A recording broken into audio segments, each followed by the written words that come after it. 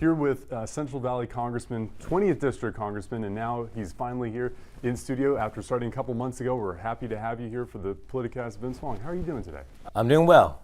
Thanks for having me. Absolutely, and as much as we want to talk about what's going on in Washington first, and we'll get to it too, we want to start, of course, with the fires right now. Jumping right into being a congressman, you have this massive fire, in your district. What has the response been so far, and what does aid look like going forward here? Well, the coordination has been tremendous.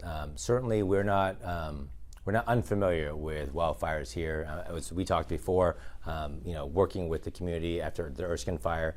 This, unfortunately, is the largest fire we're going to have in Kern County history. Hopefully, will not be surpassed by another one.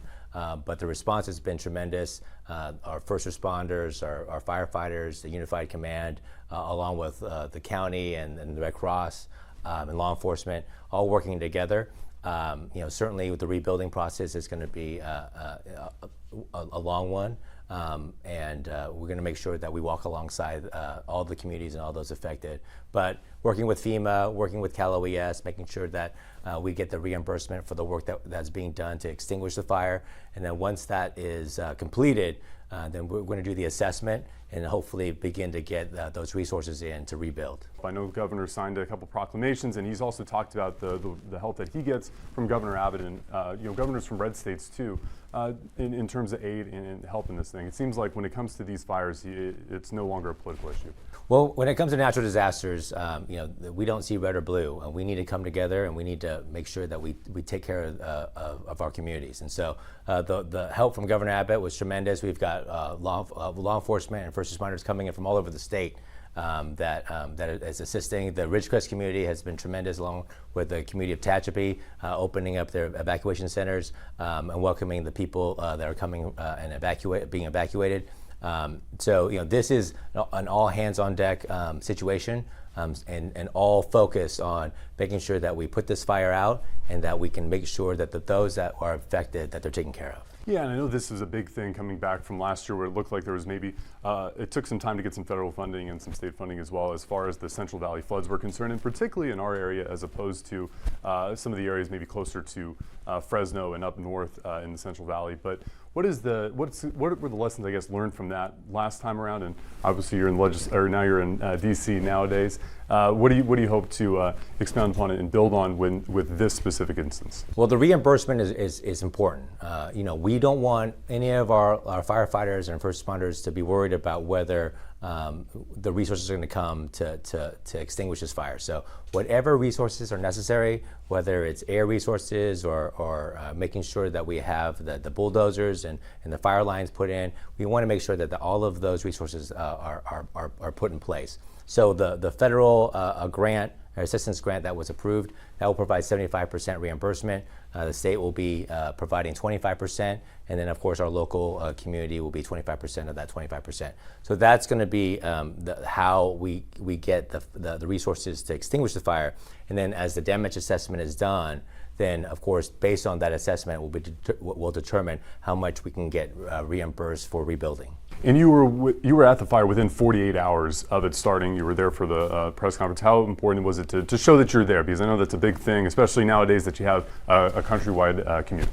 Well, I mean, we want to make sure that the Kern River Valley community understands how important they are, how special they are, from the standpoint of they're a critical part of the county, and we want to show a unified front.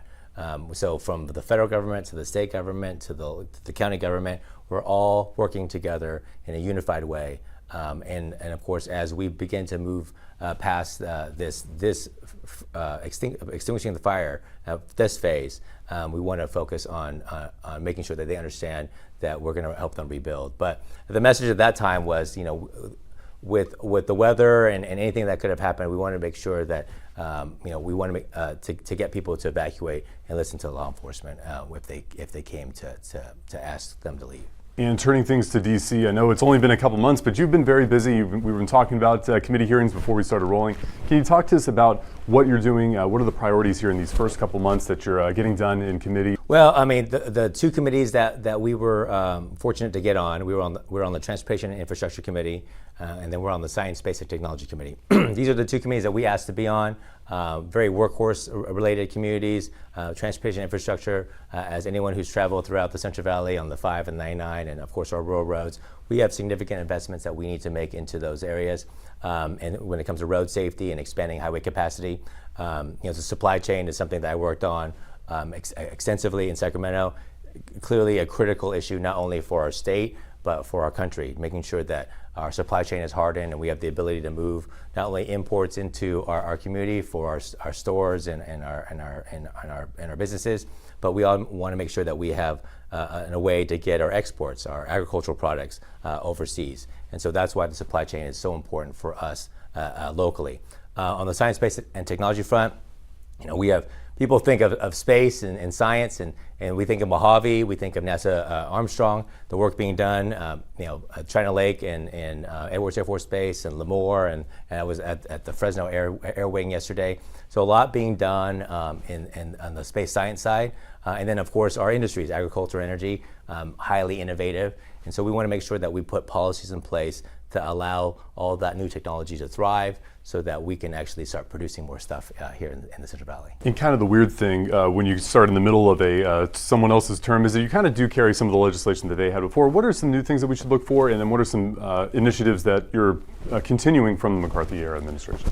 Well, certainly right now the appropriations process is ongoing. We want to make sure that we make the investments in border security. Also, when it comes to water infrastructure, when it comes to energy infrastructure, making those critical investments, supporting our military installations. We have got chaos around the world, and the men and women that live and work on our military installations, they have to be supported. The research and development that's being done in East Kern County and Lancaster and the Antelope Valley, that's critically important, making sure that they have the resources to support the warfighter. And of course, the bills we're working on, forest management, doing a number of bills in that space, supporting the Valley Fever research. We've got a number of pieces of legislation there to ensure that we continue to do that research. And then, we've got actually a bill on AI to actually, how do we develop a workforce to utilize that technology in a responsible way, especially when it comes to energy and agriculture. And how do we get our community colleges, how do we get our four-year universities in place that they have the resources to actually prepare the next workforce for that space. Well, I was going to say too, I remember seeing you right before you, of course, won election to Congress at the field hearing that was here in the Central Valley in the 20th District with Representative Valadao bringing folks in from Washington, D.C. I imagine taking some notes there. What did you learn the most from that hearing that you're being able to implement into this legislation that you want to push forward and, of course, make it easier for those in ag? Well, when we talk about agriculture, we talk about energy. These are legacy industries here in Kern County. We feed the world, we power the state and the nation. So, when people think of those industries, a lot of times they don't think how advanced they are when it comes to new technology. But for that technology to be utilized, we need a workforce that supports it. We need educational institutions that will allow that to foster and flourish.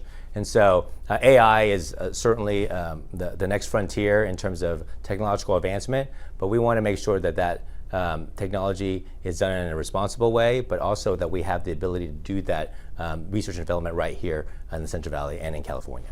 Yeah, a DCCC talking point has been that Representative Valadao, of course this isn't you, but Representative Valadao didn't vote for some of these things initially when they were presenting the infrastructure bill, and then also in additional bills, especially when it relates to things like broadband services and connections that were also discussed at that agriculture hearing. What do you make of that? I mean, do you think that it's just a point that is the argument that it was too big of an investment at the time, or there were other things in the infrastructure bill?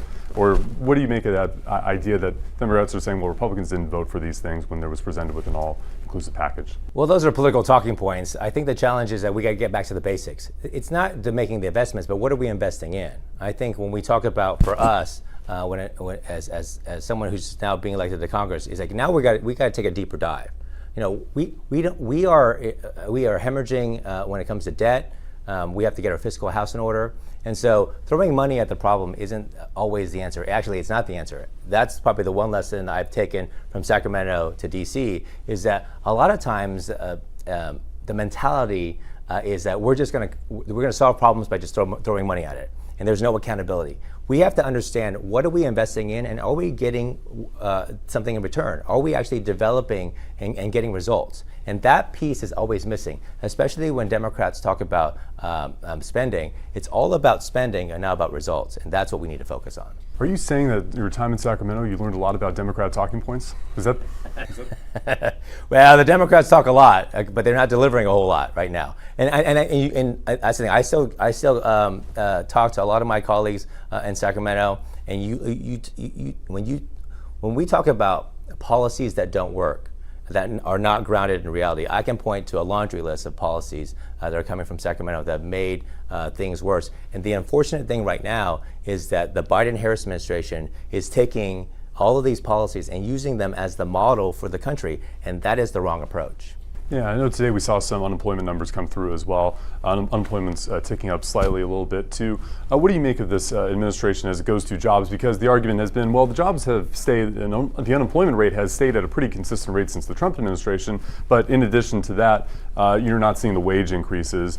Some people are frustrated financially due to inflation. And if you compare California to the rest of the country, California's recovery has been the slowest, one of the slowest compared to other states. And why is that? It's because of the policies that are specific to California. As I travel up and down the 5 and 99, I talk to my constituents. I mean, they're concerned about the affordability crisis. That is real in California. It is more expensive to live and work in our state compared to any other state. You look at gas prices, you look at energy costs, you look at grocery bills right now. All of that is going up. Housing costs are through the roof.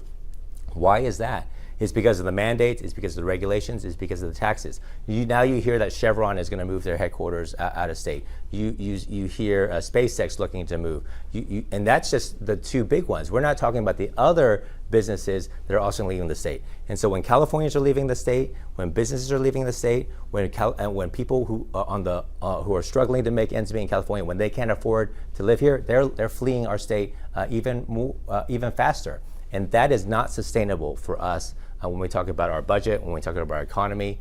If we're going to maintain our prosperity, we need to get things back on track in California. I want to ask you the last few questions, kind of shifting to more of a national focus. The first of which is that you also had a big day earlier this week in Fresno in terms of a special visitor coming from, with our vice presidential candidate for the Republican Party here with J.D. Vance.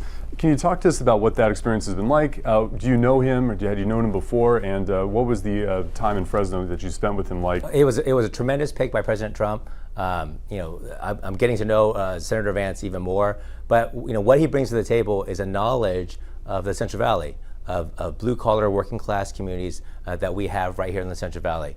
I've said before that one of the most frustrating things about being elected in Sacramento and now in D.C. is that a lot of these policies that we're debating that are very, very, very important, not only for our state and our country, are dominated by urban centers.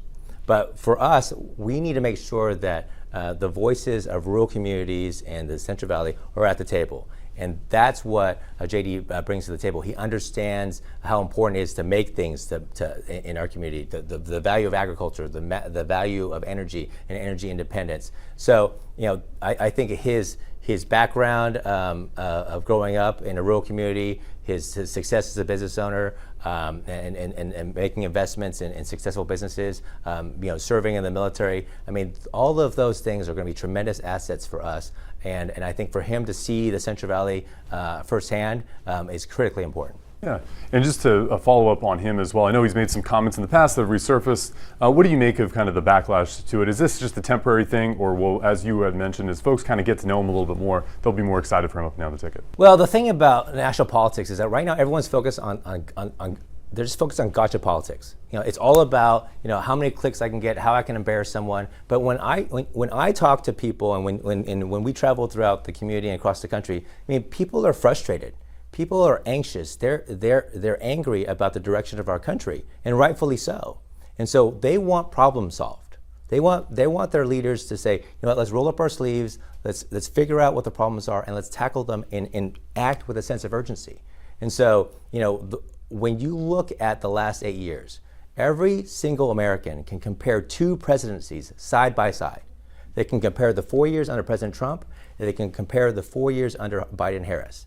And when you look at the border, when you look at the economy, when you look at our water resources, when you look at energy, the things that are critical for us in the Central Valley and for us in California, there is no question that we were fundamentally better off under President Trump than under the 4 years under Biden-Harris. Well, in taking a look at kind of soundbite politics and what's going on right now, of course, people are really looking at the Trump-NABJ exchange there. He is the figurehead of the Republican Party. He's the presumptive Republican nominee. What did you make of that exchange, or the things that you think he should have done differently in that exchange with those reporters? Well, I think, again, it's just gotcha politics. I mean, if you're going to have a substantive conversation about the direction of our country, then let's have a substantive conversation. Like, let's talk about the things that people care about.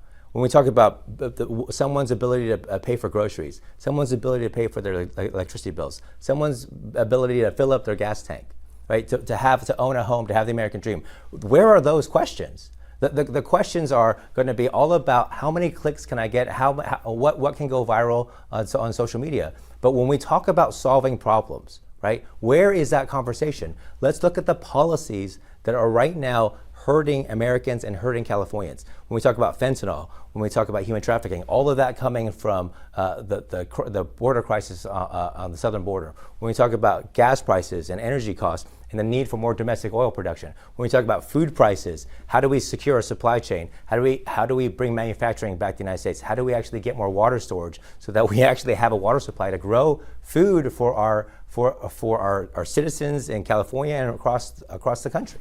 Sure, but at the same time, too, do you think that there is some worry from voters who maybe they're Black or Southeast Asian, similar to what Kamala Harris is, but they even empathize with her, that there would be kind of a concern about character, even despite all those things that would maybe keep someone from the polls instead of voting for former President Trump? I mean, I think it's just people want it. It's just politics. People are trying to score political points. I mean, as someone who is an Asian American Republican, I mean, I get people criticizing me all the time and saying that somehow discounting me because of my race, right? That's not a healthy conversation, right? When we talk about when the liberals attack me, well, why are they attacking me? Because they don't agree with my policies, right? At the end of the day, we need to take a step back and say, what's the best direction for our country? And when voters go and go into the ballot box in November, they're going to be like, who's going to be the one that's going to solve my problems, that's going to make life better for me? And again, when they compare the last 4 years under Biden-Harris and versus the 4 years under President Trump, there's no question that they're going to choose the policies that made them stronger economically and stronger personally. And I think that's what's being lost in this whole conversation. And last question on this, but it's not immune to just the Democratic Party or just to members of the press. It also is about Republicans who've been making this point about a DEI hire as well. At the end of the day, it's all about policy, right? We are electing people to solve problems in our country. And right now, there is enough problems right now that continue to go larger and larger. And not only for us domestically, but around the world. You look at what's going on in the Middle East, you look at what's going on in Russia, you look at what's going on now in Asia. I mean, we have serious problems right now and serious challenges. And at the end of the day, my hope is that everyone is going to say, look, who's going to solve our problems in the best way? And I think that's President Trump and Vice President Vance. And the last question that I want to ask you too is bringing it all back to what we were talking about earlier. You talked about, of course, working in Sacramento when you're in a minority as far as that's concerned. You talked about this whole national political scene, soundbite politics, gotcha politics. You're in one of the tightest House, majorities of all time. So then how do you refocus and how do you get things like this passed and how do you tone down the temperature? And as you said, take a step back and kind of analyze the situation. Well, we got to lay out our vision and have a focused policy conversation. When we lay out our vision and we talk about what every single Californian is focused on, when I go to the local Starbucks or when I go to the local Lowe's and people stop me in the aisle, and what are they talking to me about? They're concerned about the border. They're concerned about inflation. They're concerned about our economy. They want a better future for their kids, right? And so what are the policies that are going to make that happen? We got to secure the border. the flow of fentanyl and the crisis of human trafficking, that's not an academic exercise anymore. As we enter into a new school year, parents are having to talk to their kids about fentanyl and making sure that they're safe. When they go to the grocery store, they're noticing how expensive everything is. When they go to the store, are they worried about retail theft? Do they feel safe in their stores? And why have those problems gotten worse? It's because of the progressive policies that have come from the Biden-Harris administration. Like Vice President Harris has taken a position on both sides of everything. I mean, I've served in Sacramento briefly when she was Attorney General. I've seen the consequences of her policies. I've had a firsthand view. Every single Californian has a firsthand view of the damage being done by these liberal policies. And no one can deny that. And no matter what she says and how she tries to rebrand herself, she can't deflect from those consequences. And let me just ask one more follow-up since you brought her up. And just talking a little bit about more of what you just said. I mean, what should folks here in the Central Valley know who maybe didn't, or it's been some time since the Attorney General time, or it's been some time since she had been in San Francisco and in Oakland. What should folks here know about her, especially because they're thinking, oh, well, this is going to be great. We have a California candidate. We've lost Kevin McCarthy as far as a leader in the House. If you're on the other side of the aisle, we've lost Nancy Pelosi as a leader in the House, even though they both have significant control still. But what should folks know about Kamala Harris and people who are excited to vote for someone from California? Well, I mean, again, look at her record. I mean, right now she's trying to be a little bit of a chameleon policy-wise. I mean, she's for something and then she's against it, and she's taking both sides of every issue. But look at her record as a prosecutor. She's claiming to be tough on crime, but then crime is rampant because of her inability to educate the voters on Prop 47 in an accurate way. You look at Prop 57. You look at the fact that she's reduced penalties on criminal behavior. I mean, look at her home city of Oakland right now. I mean, that is not the model for our country when it comes to public safety. When you look at the border, she was tasked to lead the border security conversations and being the border czar. San Diego right now is the most active sector in the entire country right now when I talk to Border Patrol agents because of the failed policies. There are gaps along the border that they've got to monitor for human smuggling and for cartel activity because she and her administration stopped the construction of physical barriers and cut resources to Border Patrol agents. When we talk about the economy, she's advocating for less domestic oil production. She's going to make our country more reliant on foreign sources of energy. She wants more taxes. She wants more regulations. This is not the direction when our economy is struggling right now. And when people are struggling to make ends meet, why are we going to put more burdens on hardworking Americans? Well, it's going to be a long election season. Although I guess on your end, you're going to be pretty happy that you have your opponent endorsed you for November. We're very fortunate, but we're still working through. We're going to run through the tape, but we can't take anything for granted. Absolutely. I know all energy will be focused on that race and other races throughout the Central Valley as well. I know that you're keeping an eye on too. So thank you so much for coming in. We appreciate your time. Thanks, Will. Appreciate it.